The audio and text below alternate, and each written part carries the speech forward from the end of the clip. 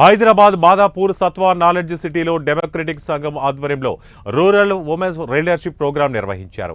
ఈ కార్యక్రమానికి మంత్రి Seethakka, J Geetha Reddy, Sudha Reddy, Chaitanya, Sini Reddy Sudha Reddy foundation chairman Regina పాల్గొన్నారు.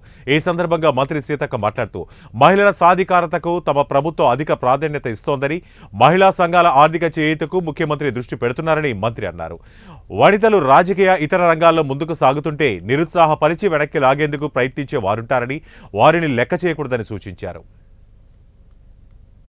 And she holds many portfolios through which there is so much change that can be brought in the system. So when somebody like Sitaka, who comes from grassroots, who understands the issues of the marginalized and the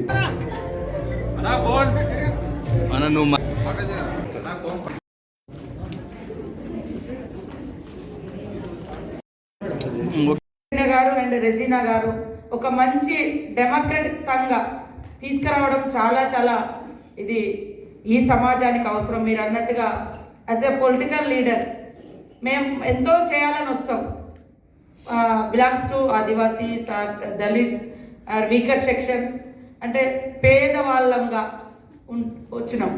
కానీ డబ్బు ఉంటేనే రాజకీయం చేయగలుగుతాం, డబ్బు ఉంటేనే ఎలక్షన్లలో నిలబడగలుగుతాం. అంటే సేవ వేరు, డబ్బు వేరు.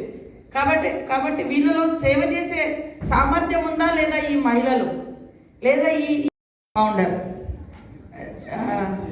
జరీనా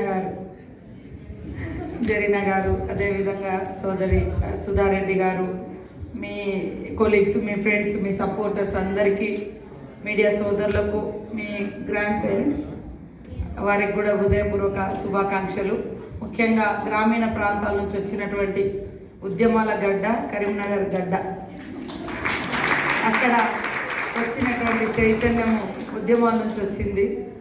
అక్కడ అలాంటి ఉద్యమాల నుంచి నేను కూడా వచ్చిన. నేను ఇక్కడికి వచ్చిన తర్వాత అమ్మ కూడా అంటుంది democratic, what is the democratic Telugu అనేది, అంటే ప్రజాస్వామ్యం అంటే జనరల్గా మర్చిపోతున్నాము అనేది. అంటే ఈరోజు ఆ వర్డ్ అది ఏదైతే పెట్టుకున్నారో మీరు, ఆ నేమ్, దాంట్లోనే చాలా పవర్ కనబడుతుంది. Strong word.